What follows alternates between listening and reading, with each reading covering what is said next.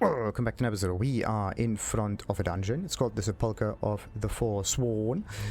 This is the dungeon in here, and for some reason there is a lock behind it, which makes absolutely no sense. Anyway, it should actually not be there anymore, because we unlocked the area by finishing the stronghold of the Altar of Ruin, and now the blockade is done for. And then icon should actually disappear, but whatever. Let's go in here and get the upgrade for the Necromancer, even if we haven't even played as a Necromancer yet. So, in the previous episode, I kind of thought about increasing the damage and whatever somehow, but I couldn't find a different build because I don't have the necessary aspects that would give me decent scaling. It's kind of iffy. Like, you do want to increase your build somehow, but you don't get anything.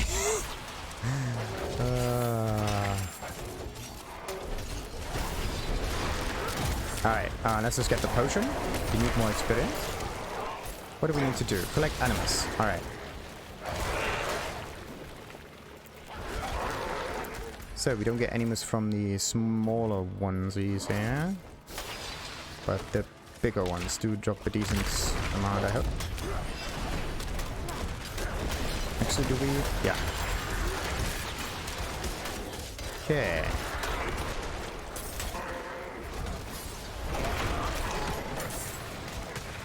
And onwards.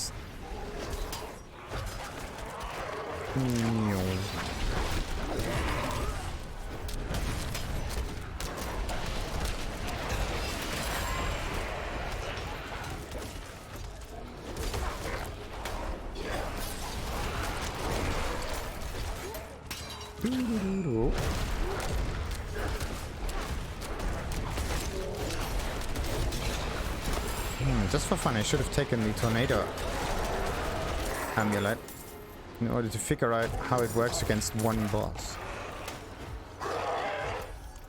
Does the tornado come back and just charge through the same target multiple times? Or does it just continue because one enemy has already been hit? Questions upon questions upon questions.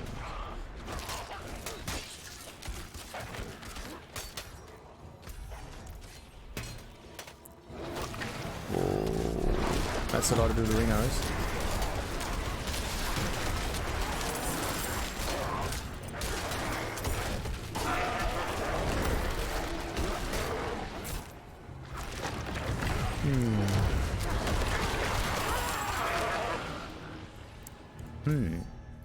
Yeah, maybe I should get multiple damage increase potions, just in case. And then I just go into the dungeon, check what kind of enemies there are inside, and then I'm gonna pop the potion that better fits the kind of enemies that I face here. Because sometimes you don't even know what kind of enemies are in there. Is it humans? Is it demons? Is it something else?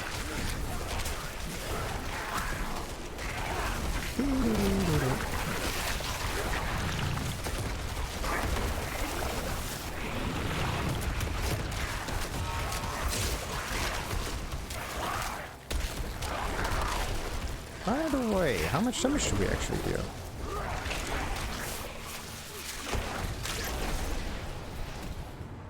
No.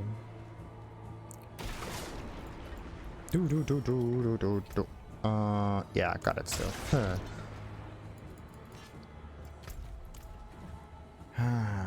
Figuring out what kind of nodes to activate in the Paragon tree is a feat in and of itself.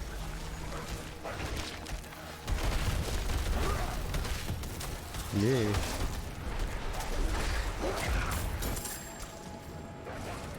So that one opens up here. We still need more demonic corruptions. Where are you?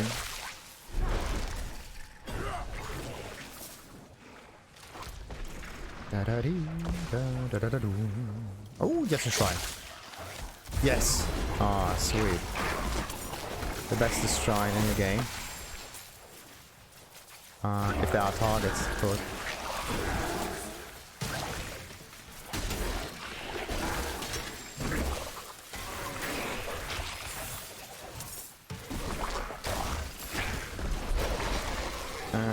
And it's offline, of course. Ah, come on.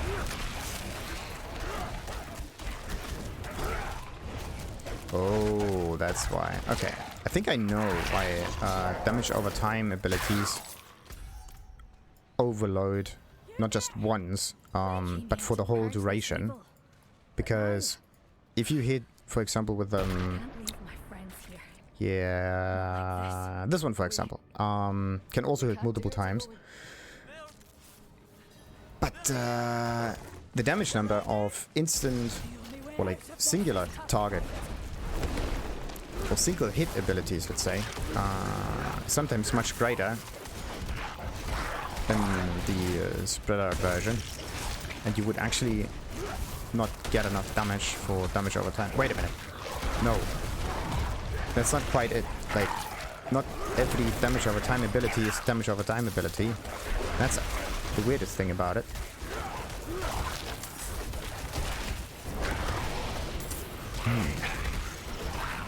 Okay, how much damage am I actually doing?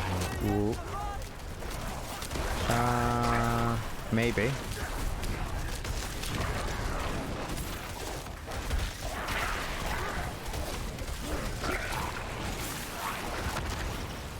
Do we? Ah, so close. I was too focused on this one up here that I completely forgot to kill the demons that attack the adventurers. Take this, my friend. Ah, crap. It's not much, but I hope it helps. What was that? You deserve this. Never seen anyone fight like you. Okay, that was weird. That was just an extreme amount of lag, and I don't know what and why. Either this is something to do with the internet connection, can happen, or this is server related, or maybe it's another server related kind of thing, but the reason is a completely different one. Like sometimes, like when this loot is going to drop, right, it has to be calculated. And the loot calculation itself takes time. And if you're doing an action on the server, but the server has to do a loot calculation at the same time, then you can kind of overload the whole thing.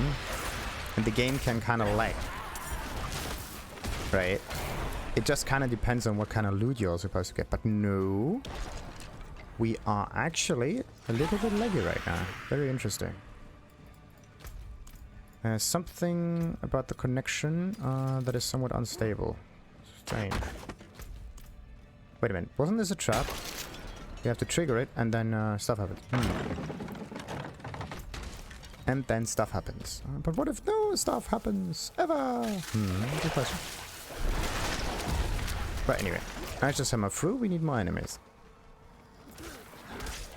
I wanted to say I want to get another Paragon point, but that can still take a little bit of time.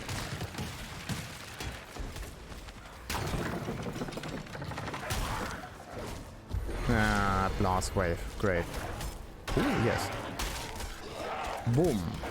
Ah, halfway there.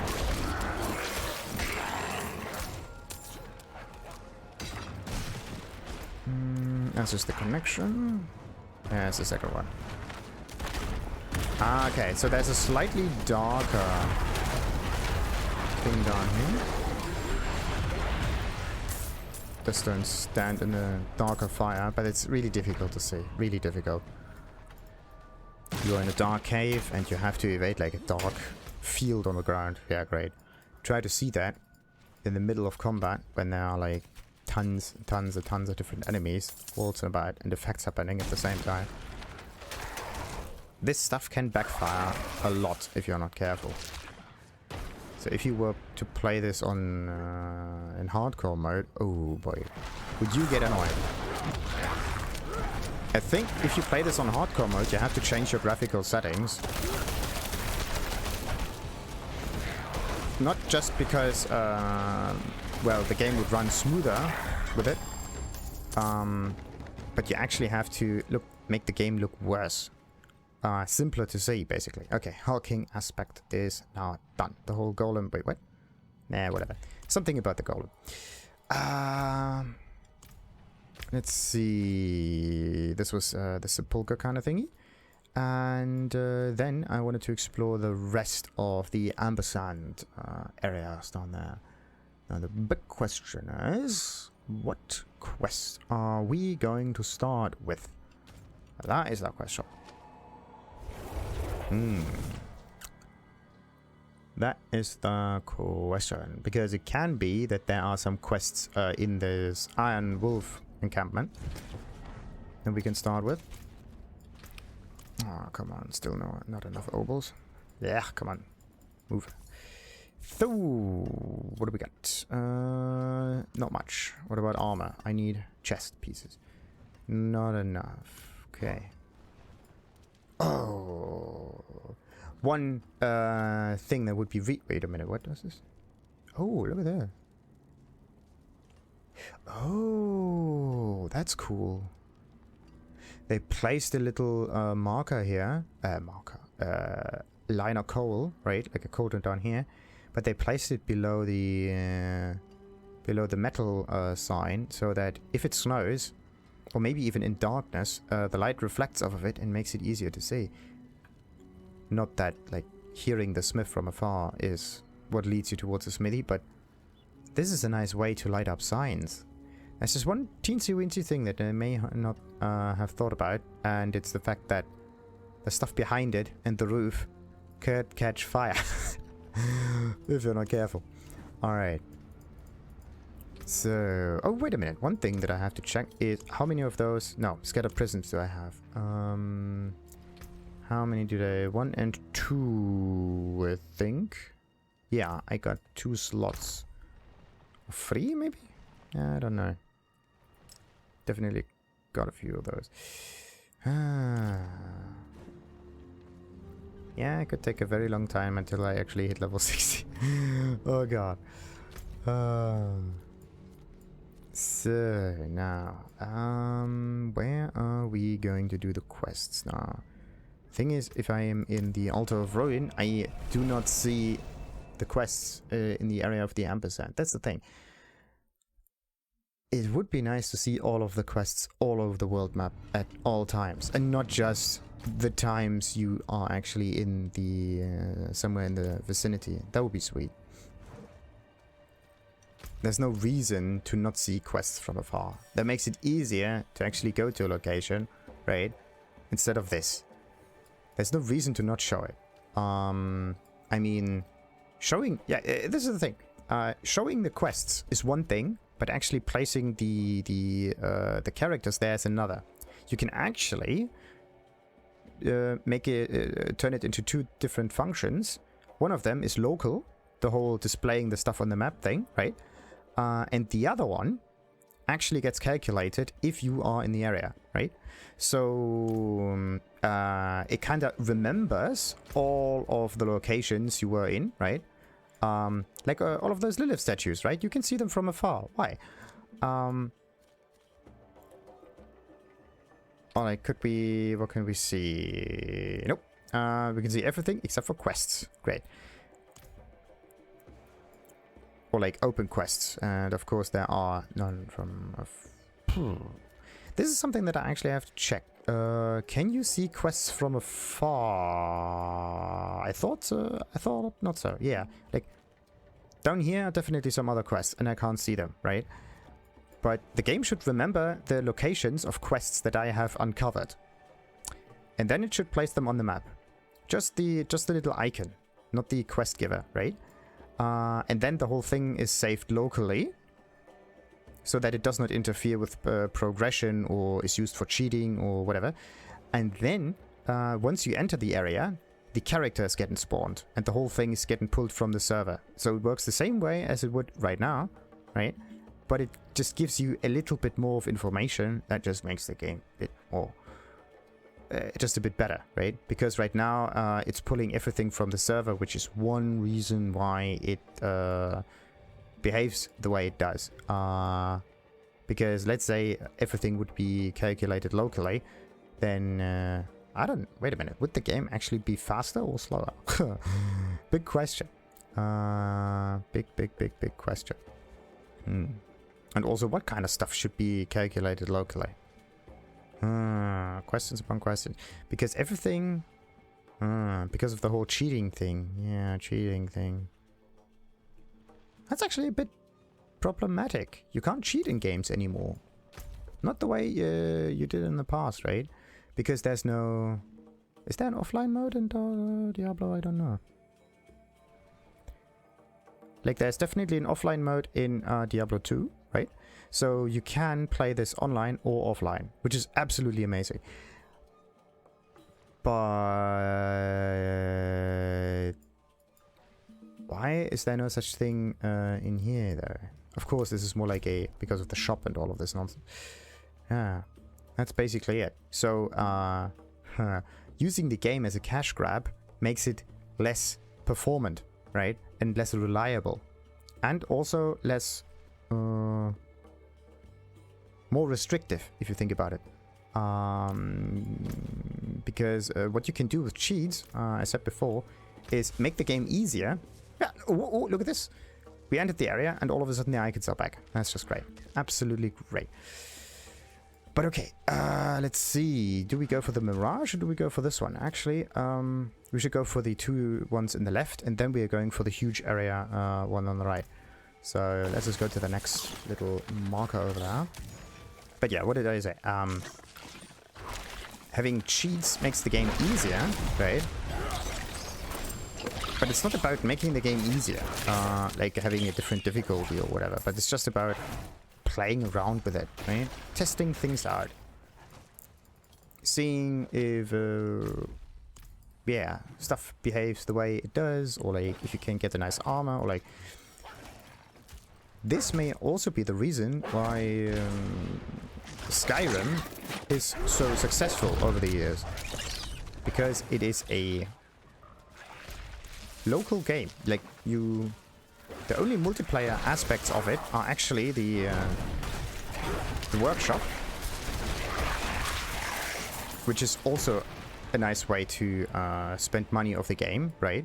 On like player-driven mods and whatnot, and also makes players, well, be part of the whole community and also get rewarded for their creativity, right? That's a nice way of doing that. Need help? Please, I need your help. I can't see. And then you just have some mods in there, and then you can place that in there, and then you can basically turn the whole game into something that you like to play with, right? Whereas you can't do something like this with a game that has a constant online mode and is very restrictive in its DRM and whatnot.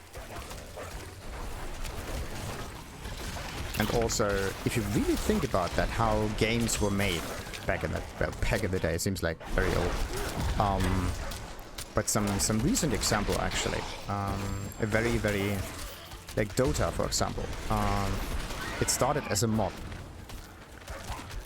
And actually, Counter-Strike also started as a mod. It was not a game before, it started as a mod for Half-Life. Which is really interesting. So, Counter-Strike, which is a very interesting game, started as a mod. Dota, or that then turned into League of Legends, also started as a mod for Warcraft. It's really interesting. So, and both of those games are huge. And they're still gonna get played. That is actually very interesting. So every game that allows players to modify it in some ways has a potential of growing into a huge thing, right? But if you basically forbid that, or stop this progress from happening, then you basically stop a potential franchise from growing, which, if you already own a large franchise, of course means less competition, which is an understandable point to get. But let's say you just contact the people that made the mod and just hire them and let them work for you, right? Or give them like executive positions so that they're not just doing the grunt work basically, but actually getting some rewards from it. You can benefit from this in a nice way. So if you make a game like like this, basically. Just think about a way to make it less online restrictive, or like dependent on online connections and whatever, and just give the people ways to just fiddle with it. Yeah, that's basically it. Let them fiddle with it. Just give them a nice instruction, right? In order to not break the game or whatever. That's kind of like the whole, what was it? In CD Projekt Red did the same thing. Like, it kind of gave the whole development kit, well, not development kit, but the engine programming is a wee bit tricky. But you can actually change Cyberpunk or Witcher in the way you want to in order to make your own mods and whatnot. That's a nice way of introducing people to programming by, like, let them program. Then you can just hire them. It's actually really, really neat. Alright, so, and before we do this dude's mission, Nagla, we are going to end this episode. Until next time, then like and subscribe, and goodbye. Ta-ta!